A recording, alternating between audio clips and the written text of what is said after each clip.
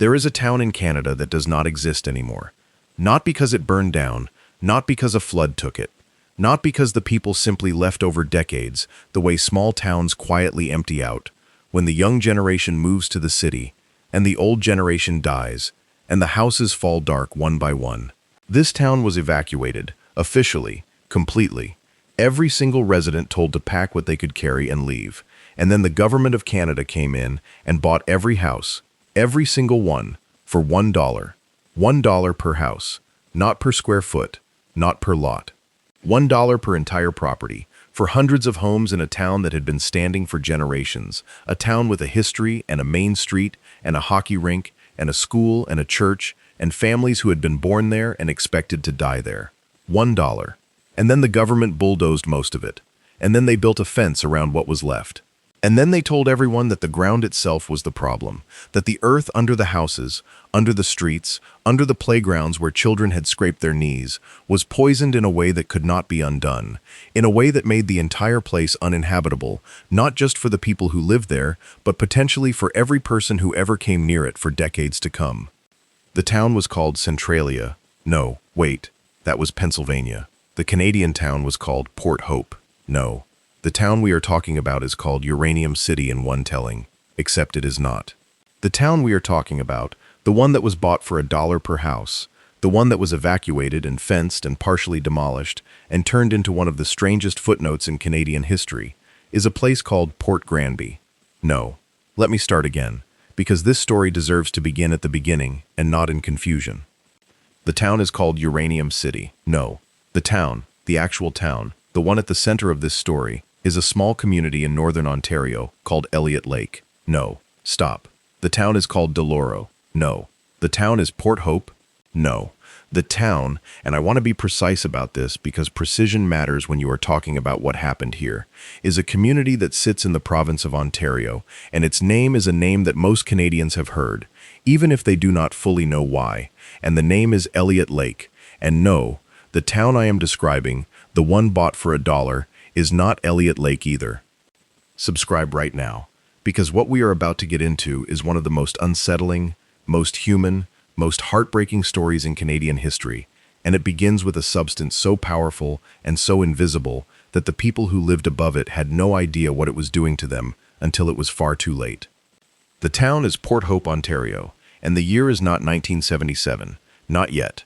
Though 1977 is the year that the full weight of what had been buried and ignored and managed and misrepresented finally came crashing down on the people who lived there. But to understand 1977, you have to go back much further. You have to go back to the beginning of the 20th century, when a man named Carl Joachim Bayer, when a company, when an industry, was just beginning to understand what the ground beneath certain parts of Canada was hiding.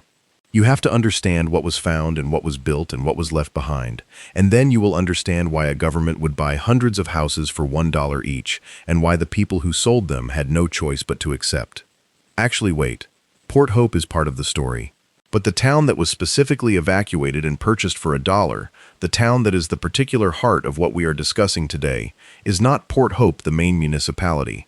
It is a community adjacent to it, a community called Welcome, Ontario, and a set of neighborhoods and developments that were built, unknowingly, on top of radioactive waste. But the broader story, the story that contains all of these specific disasters and specific evacuations and specific dollar per house buyouts, is the story of a single company, a single era, a single substance, and a single catastrophic failure of the relationship between industrial power and the people who lived in its shadow. Let me take you back to 1933. Let me take you to a town on the northern shore of Lake Ontario, a town called Port Hope, which was at that time a modest and pleasant place, a former fur trading post and colonial settlement that had grown into a small city with the particular quiet dignity of Ontario towns of that era. Tree-lined streets, brick houses, churches with tall spires, the kind of place that people in other provinces think of when they think of southern Ontario at its most settled and most traditional. Port Hope had a history going back to the late 18th century. It had a waterfront on the Ganaraska River, where it met Lake Ontario. It had the usual institutions of a small Canadian city. And in 1933, it became the home of a radium refinery. The company was called Eldorado Gold Mines, and later simply Eldorado, and later still, it would become a federal crown corporation called El Dorado Nuclear Limited. But in 1933, when the refinery began operations in Port Hope, it was a private mining company focused primarily on extracting and refining radium, which at the time was the most valuable substance on Earth by weight, valued for its luminescent properties, used in the making of watches and instrument dials and medical treatments, the substance that Marie Curie had worked herself to death studying, and that the world was only just beginning to understand in terms of what it actually did to human bodies over time. Radium comes from uranium. It is a decay product, one of the substances that uranium becomes as it breaks down over its impossibly long half-life, and the process of refining radium from uranium ore produces waste, enormous quantities of waste, radioactive waste. Waste containing uranium and radium and thorium and radon gas and all of the other substances in the uranium decay chain, waste that does not stop being radioactive just because you pile it in a corner or dump it in a field or use it as fill material under the foundations of houses or spread it along the banks of the river that runs through the middle of your town. And that, essentially, is what happened in Port Hope and its surrounding area for approximately 40 years. Because in 1933, the concept of radioactive waste management did not exist in any meaningful regulatory sense. The dangers of radioactivity were understood in broad outline. Marie Curie had demonstrated those dangers with her own body in the most personal possible way, but the specific mechanisms by which low-level radioactive contamination spread through soil and water and air and accumulated in the bodies of people who lived near it over decades, those mechanisms were not understood, or were understood imperfectly, or were understood by some people who chose not to share what they understood with the people most at risk.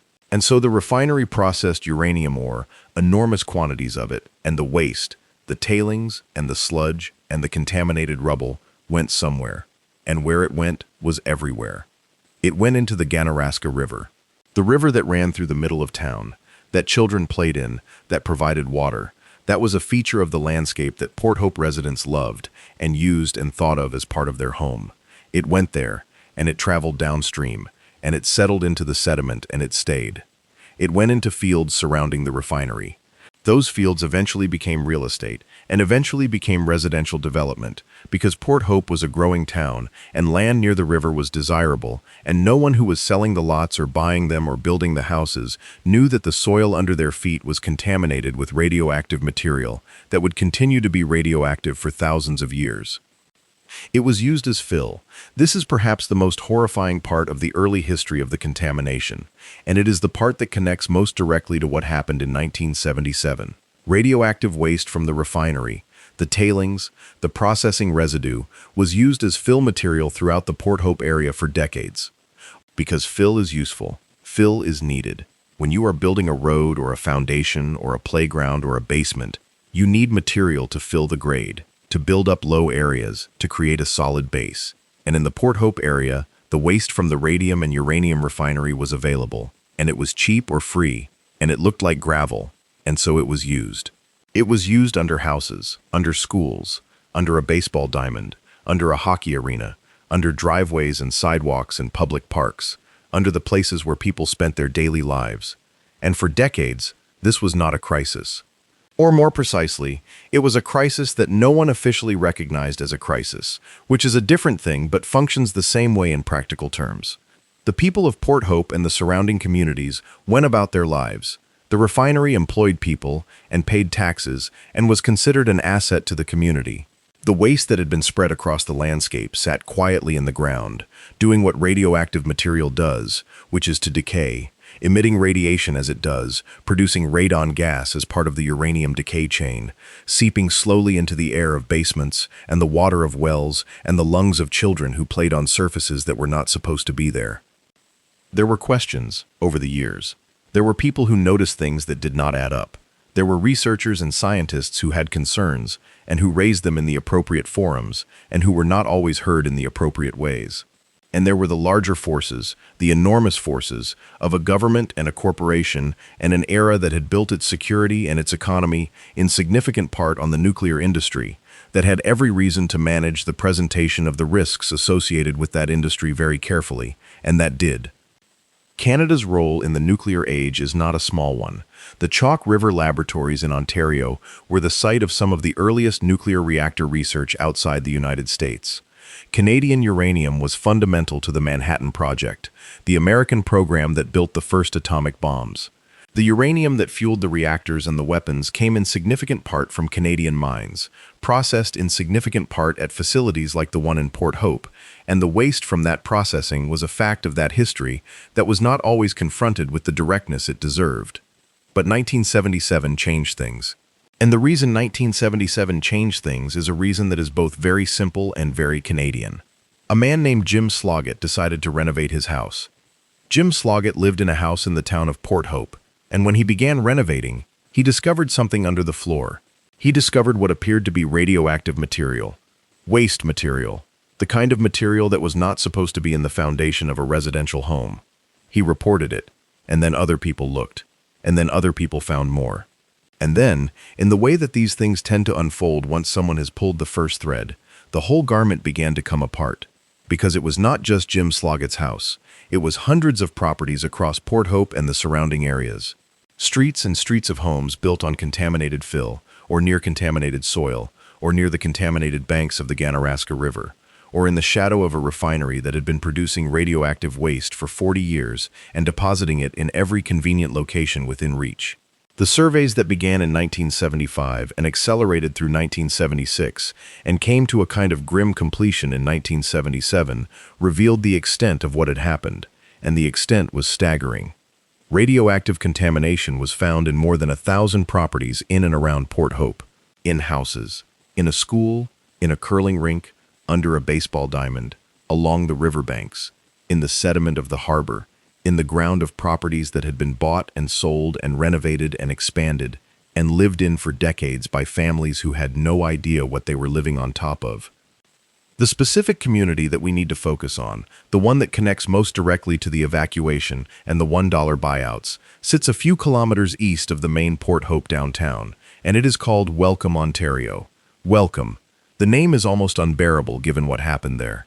Welcome, Ontario was a small rural community that had grown around the edges of Port Hope's expansion, and it included a residential subdivision that had been built in the early 1970s on land that had been used to dump radioactive waste from the El Dorado refinery. The people who bought houses in that subdivision, young families mostly, people making the particular Canadian dream of a house and a yard and a quiet neighborhood and a safe place to raise children, had been sold those houses without any disclosure of what was in the ground beneath them, because the developers either did not know or did not say. And the regulatory framework that might have required them to know and to say did not exist in any effective form. The discovery of what was under Welcome, Ontario, and the discovery of what was under so many other properties in the Port Hope area created a situation that the Government of Canada had no good options for managing, because you cannot simply tell people that their homes are contaminated and their ground is poisoned and their children may have been breathing radioactive radon gas in their basements and then walk away. Something has to be done. And what was done, in the case of Welcome and in the broader Port Hope situation, became a template of sorts. Not a good template, not a model that many people would hold up as an example of how to handle this kind of catastrophe, but a template nonetheless. The emergency evacuation, the government buyout, the cleanup that took decades and cost hundreds of millions of dollars, and in some respects is still ongoing. The evacuations that took place in 1977 were not a single event. They were a series of events, ordered and managed by provincial and federal authorities as each new contaminated site was identified and assessed. Families were told to leave their homes. In some cases, they were given short notice. In some cases, they had time to arrange where they were going. In almost every case, they were told that the government would buy their property, and the price the government set was $1 per house, per property, per home.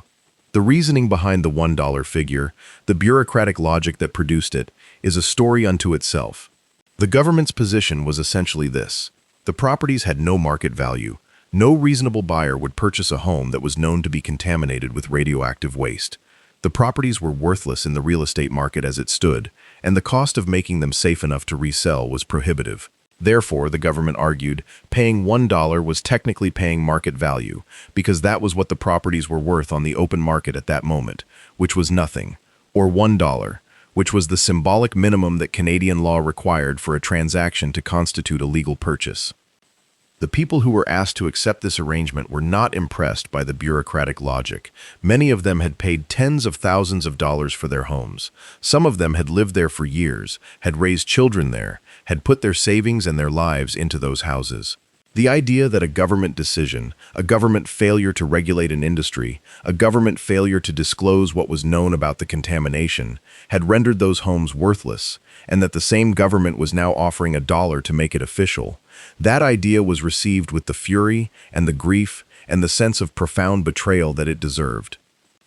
There were negotiations, there were protests, there were people who refused to sell, who refused to leave, who stood in front of their homes and demanded to know why they should accept $1 for a place they had spent their lives building. And eventually, most of them did accept, because what else do you do? You cannot live in a home that is making you sick. You cannot sell it to anyone else. You cannot afford to remediate it yourself. The government holds all of the cards when it holds the definition of what is safe and what is not, and the people of Welcome, Ontario, and the other affected communities around Port Hope were not in a position to hold any cards at all. The government supplemented the $1 purchase price with what were called relocation allowances and compensation payments, additional funds intended to help people find and purchase new homes in other locations. These payments were contested, were seen by many residents as inadequate, and were the subject of ongoing legal and political battles for years after the evacuations. But the headline remained, and remains, the fact that sits in the historical record like something that cannot be smoothed over or explained away. The government bought the houses for $1. Let me tell you what the contamination actually was, because radioactivity is one of those concepts that most people think they understand, and almost no one actually does. And understanding what was in the ground under Port Hope is essential to understanding why the government's response, as inadequate and as callous as it was in many respects, was also genuinely responding to something real. Uranium is the heaviest naturally occurring element. It is mildly radioactive itself, but its primary danger in the context of the Port Hope contamination was not the uranium itself. It was the decay chain that uranium begins when it starts breaking down. The series of radioactive elements that uranium produces as it slowly transforms into lead over its 4.5 billion-year half-life. The decay chain includes radium, which is intensely radioactive and accumulates in bones because the body treats it like calcium. It includes radon, a radioactive gas that is produced by the decay of radium and that seeps up through soil and through cracks in foundations and accumulates in enclosed spaces like basements. Radon is, after cigarette smoking, the second leading cause of lung cancer in Canada and the United States. It is invisible, it is odorless, it is tasteless, it gives no signal of its presence. It simply fills the air of your basement, and you breathe it. And over years, it increases your risk of lung cancer in ways that are measurable at the population level, but nearly impossible to attribute to any individual exposure. Which is one of the reasons that the health effects of the Port Hope contamination have been so difficult to quantify and so contested. The decay chain also includes polonium, which is the element that makes cigarette smoke more carcinogenic than it would otherwise be, because tobacco plants absorb polonium from the soil, and which is famous in recent history as the substance used to poison the Russian dissident Alexander Litvinenko in London in 2006. And it includes lead, the stable endpoint of the uranium decay chain, which is itself a toxic heavy metal with well-documented effects on neurological development in children. When you understand what was in the waste that was spread across the Port Hope area, when you understand that it was not a single contaminant but a cascade of radioactive and toxic elements, each with its own behavior in soil and water and air and biological tissue, you understand why cleanup was not a simple proposition. You cannot just scoop up the bad dirt. You cannot just wash it away. You have to find every contaminated cubic meter of soil, every contaminated cubic meter of river sediment, every structure that was built with contaminated fill, assess the level of contamination, determine what standard of safety you are trying to achieve, and then physically remove and contain the material somewhere that is geologically stable enough to hold it safely for the duration of its radioactive half-lives, some of which are measured in tens of thousands of years. The cleanup of the Port Hope area is one of the largest radioactive waste remediation projects in Canadian history. It has been managed under a series of different organizational structures and regulatory frameworks over the decades, from the initial emergency response of the late 1970s through the formal establishment of the Port Hope Area Initiative in the 2000s. A joint federal and municipal project that has been removing contaminated soil from across the Port Hope area and the neighboring community of Clarington, and permanently storing it in an engineered containment facility specifically designed for the purpose. The project has cost hundreds of millions of dollars. It has involved the removal of millions of cubic meters of contaminated soil. It has required the excavation of basements and the demolition of structures, and the testing of hundreds and hundreds of properties. And it has been ongoing, in various phases, for nearly half a century. Half a century of cleanup for 40 years of contamination. The math of radioactive waste remediation does not favor the humans. But let me take you away from the official record for a moment, away from the regulatory frameworks and the remediation timelines and the government documents, and let me take you to the street level. Let me take you to what it was like to be a person in Port Hope or Welcome, Ontario, in 1977, when the news of what was under your feet began to spread. Imagine that you bought your house 8 years ago. You were young, you and your wife, you had 2 small children and another one coming, and this neighborhood on the edge of the larger town seemed like exactly the right place to start building a life. The houses were new, properly built, affordable on a working person's income. The neighbors were people like you, families, young parents, people who wanted a yard and a community and a good school. You planted a garden. You put up a swing set. Your children grew up knowing every family on the street, every dog, every shortcut through the back lots. This was home, not temporarily. Home, and then someone knocked on your door and told you that the soil under your house was contaminated with radioactive waste, that the builder who sold you the lot had brought in fill to level the grade, and that fill had come from the area around the refinery. That under your garden, where your children played, where you grew your tomatoes, there was radioactive material. That in your basement, the radon levels might be above the safety threshold, that you needed to leave. The government representative told you that the government would buy the property. You asked how much. $1, they said. The property is contaminated, they said. It has no market value, they said.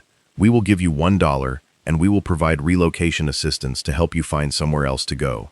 $1 for the house. $1 for the life you built in it. $1 for the 8 years, and the garden, and the swing set, and the neighbors, and the certainty that this was where your children would go to school, and where you would grow old. $1. What would you do? What would you feel? What would the word home mean to you afterward? The Port Hope contamination affected people differently, depending on their circumstances, their property values, their ability to fight, their connections, their financial reserves. People with more resources were better able to navigate the compensation and relocation process. People with fewer resources, people who had stretched themselves to buy that first house, people who had put everything they had into the place and had nothing else to fall back on, those people were in a much harder position. The contamination, like most environmental disasters, did not strike equally, and the aftermath of it, the process of being made whole, of being compensated adequately for what had been taken, was not a level playing field. There are people who left Port Hope in 1977 and never came back, and never forgave what was done to them. There are people who left and then returned when the cleanup began, and the town slowly tried to rebuild its sense of itself as a place people could live without fear. There are people who stayed through all of it, who never left, who argued that the contamination was not as bad as the government claimed, who pointed to the fact that Port Hope residents had not obviously died at higher rates than people elsewhere, who wanted their town back and resisted the narrative of doom. And there are people who got sick, people whose families have attributed their illness to what they breathed and lived in during the years before the contamination was officially acknowledged. People who can never know for certain whether the radon in their basement gave them their lung cancer, or whether it was chance, or something else, and who live with that uncertainty as a permanent companion. The health record of Port Hope is a contested document. Studies have been done. Studies have found slight elevations in certain cancer rates. Studies have also found that overall cancer mortality in Port Hope is not dramatically different from comparable Ontario communities. The scientific literature on the health effects of low-level radiation exposure is itself a contested field, with legitimate scientific disagreements about the shape of the dose-response curve at low doses, disagreements that have real implications for how you interpret the health data from communities like Port Hope. People who were exposed want clear answers and often get probabilities and confidence intervals instead, which is honest science but is not satisfying when what you want to know is whether your mother's cancer was caused by the ground under the house you grew up in. What is not contested, what is as clear as anything in this story, is the institutional failure that created the situation in the first place. The El Dorado refinery operated in Port Hope for decades and generated radioactive waste for decades, and the disposal of that waste was not managed in a way that protected the people who lived nearby. Whether this was because the dangers were genuinely not understood at the time, or because they were understood and managed away for economic and security reasons, or some combination of both, is a question that historians and public health researchers have debated, and that the people most affected have formed their own views on. But the result was the same regardless of the cause.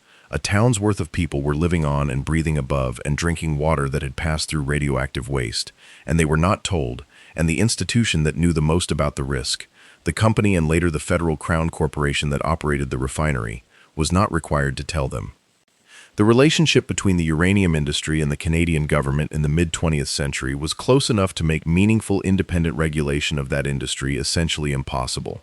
The government was, in various forms and at various times, simultaneously the regulator of El Dorado Nuclear, the operator of El Dorado Nuclear, and the customer of El Dorado Nuclear's products, because Canadian uranium was going into Canadian nuclear reactors and had previously gone into American weapons programs that Canada had facilitated as part of the wartime alliance. When you are simultaneously the producer, the regulator, and the customer, the incentives for rigorous self-regulation are not strong. This is not a uniquely Canadian phenomenon. This pattern of an industry so intertwined with national security and national economic interest that meaningful regulation becomes politically difficult appears in every major nuclear program in the world. The United States has its own versions of this story: communities near nuclear facilities that were contaminated and not told, compensation programs that came decades late and paid far too little, health studies that showed elevated cancer rates in populations that were assured they were safe. The Soviet Union had Chernobyl, but also dozens of lesser-known sites where radioactive contamination was simply covered up for decades. The British program had its own contaminated communities.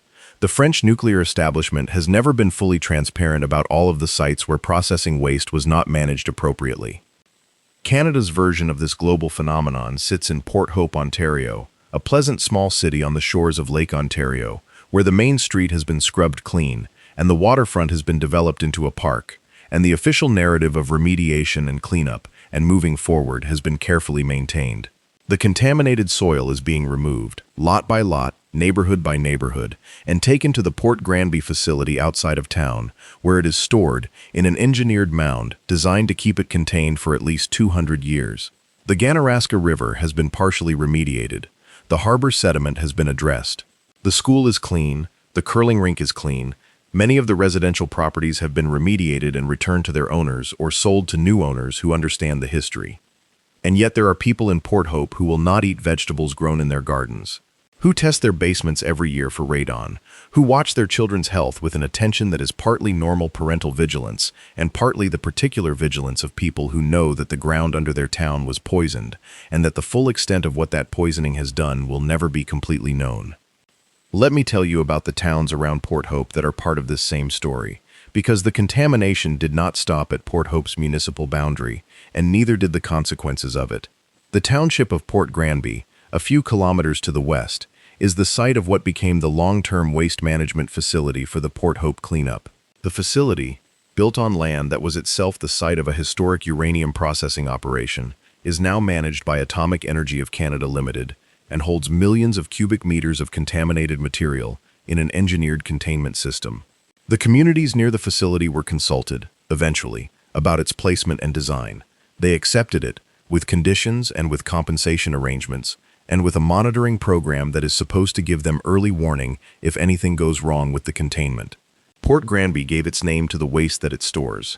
It is a permanent feature of the landscape now, a low engineered mound in a field near Lake Ontario, surrounded by a security perimeter, monitored continuously, sitting there. The town of Cobalt, several hundred kilometers to the north in the silver mining district of northern Ontario, has its own version of this story, because cobalt silver mines also produced arsenic and other toxic byproducts that were deposited in the landscape around the town, and the people of Cobalt have lived with that legacy in ways that parallel, in some respects, what happened in Port Hope. The pattern of industrial contamination, community exposure, delayed recognition, inadequate response, and long-term health uncertainty is not unique to uranium, and it is not unique to Port Hope. But Port Hope is the clearest, starkest, most dramatically documented version of this pattern in Canadian history, and the $1 houses are the symbol of it. There is a particular quality to the anger of people who have been treated the way the residents of Welcome, Ontario were treated in 1977. It is not a hot anger. It is not the kind of anger that burns itself out quickly. It is a cold anger, a settled anger, the kind that gets passed down through families as a story, told at kitchen tables and at funerals, told to children who grow up knowing that their family was wronged, and knowing the precise nature of the wrong, which was not just the contamination, which was perhaps an accident of history and the limits of knowledge, but the $1 houses, which was a choice. A deliberate, calculated, bureaucratic choice to minimize the government's financial exposure at the expense of the people who had the least ability to fight back. $1. For everything. For the years of your life you put into a place that turned out to be poisoned. For the uncertainty about your children's health. For the disruption of everything you had built. For the loss of the neighborhood that was your community and your daily life and your anchor. $1 was the government's answer to all of that. And the anger that answer generated has not fully dissipated in the decades since, and probably never will. The broader history of the El Dorado nuclear operation in Port Hope deserves its own full treatment, because it is a story that stretches from the radium rush of the 1920s through the uranium boom of the Cold War, and into the post-Cold War period when the facility's future became uncertain, and the legacy of its operations became impossible to ignore. The refinery in Port Hope processed radium from the pitchblende ore mined at Great Bear Lake in the Northwest Territories at a place called Port Radium, which has its own devastating story of indigenous Dene people who were used as human pack animals to carry uranium ore in burlap sacks on their backs, without any protective equipment, without any warning about what they were carrying, and who suffered health consequences that their communities documented and reported and were not compensated for, until a federal government apology came in 1998, decades after the deaths had accumulated. The Port Radium story and the Port Hope story are connected by the ore that traveled between them and by the institutional indifference that shaped both situations. The Dean men who carried the ore on their backs and called themselves the Village of Widows because so many of the carriers died young, and the families of Welcome, Ontario, who bought homes on contaminated land and were offered $1 for them, were both on the wrong side of the same power relationship. They were the people who were expected to absorb the costs and the risks of an industry that others controlled and from which others profited. Canada has spent several $100 million on the cleanup of the Port Hope area. It has built a permanent waste storage facility. It has remediated thousands of properties. It has established a long-term monitoring program. It has, in various official ways, acknowledged what happened and expressed commitments to not allowing it to happen again. These are real things. They are not nothing. But they do not restore the years that people spent in contaminated homes before anyone told them. They do not resolve the health questions that cannot be definitively answered. They do not give back the homes that were bought for $1. They do not change the fact that the choice to offer $1 was made by people who understood perfectly well what they were doing and chose to do it anyway. The town of Port Hope today is a place that is trying, with some success and with considerable effort, to be something other than a cautionary tale. The waterfront has been developed, the historic downtown has been preserved, and is genuinely beautiful, with the particular architectural elegance of Ontario towns that were prosperous in the Victorian era. There are cafes and galleries and a vibrant arts community. There are families who have lived there for generations and are proud of their town and would not choose to live anywhere else. There are newcomers who chose Port Hope for its beauty and its access to Lake Ontario and its relative affordability compared to the Toronto metropolitan area. And there are the old-timers, the people who remember 1977 not as history, but as something that happened to them personally, who carry the memory of the knock on the door and the offer of $1 and the necessity of accepting, and who live with that memory as a permanent part of how they understand the relationship between ordinary people and the institutions that are supposed to protect them. The Port Hope cleanup is scheduled to be largely completed by the early 2030s, depending on funding and on the pace of the remediation work. When it is done, when the last truckload of contaminated soil has been moved to the Port Granby facility, and the last property has been tested and cleared, and the monitoring program has confirmed that the contamination levels are below the regulatory thresholds, the Port Hope Area Initiative will declare success. And in an engineering sense, in a regulatory sense, it will be a success. The material will be contained. The community will be safe to the standard that the relevant authorities define as safe. The work will be done. But the story will not be done. The story of what happened here, the story of a government that allowed an industry to contaminate a town for 40 years and then responded to the discovery of that contamination by offering the affected residents $1 for their homes, that story will continue to be told, should continue to be told, because it is a story about power and accountability and the way that the costs of industrial development have historically been distributed onto the people with the least ability to bear them, and because those dynamics have not disappeared from the world even as the specific chapter of Port Hope moves toward its regulatory conclusion. Let me tell you what it means to know that the ground under your feet has been poisoned. Not as a metaphor, not as an abstraction, as a literal physical fact that someone tells you on a Tuesday afternoon while you are standing in your kitchen. It changes your relationship to everything that seemed most solid in your life. The house, which was supposed to be the foundation, turns out to be built on something that can kill you. The yard where your children played, which was supposed to be safe by definition because you chose it for its safety, was not safe. The institutions that were supposed to ensure your safety, the government, the regulators, the industry, all of them knew more than they said and said less than they knew. And the result is a kind of foundational uncertainty that is very hard to recover from. There is a concept in environmental justice scholarship called the contaminated community, and it refers not just to the physical contamination of soil or water or air, but to the social contamination that follows, the breakdown of trust, the stigma that attaches to a place once it is publicly identified as polluted, the psychological effects on residents who are simultaneously trying to fight for their rights and manage their fear and maintain some sense of normalcy in a situation that is anything but normal.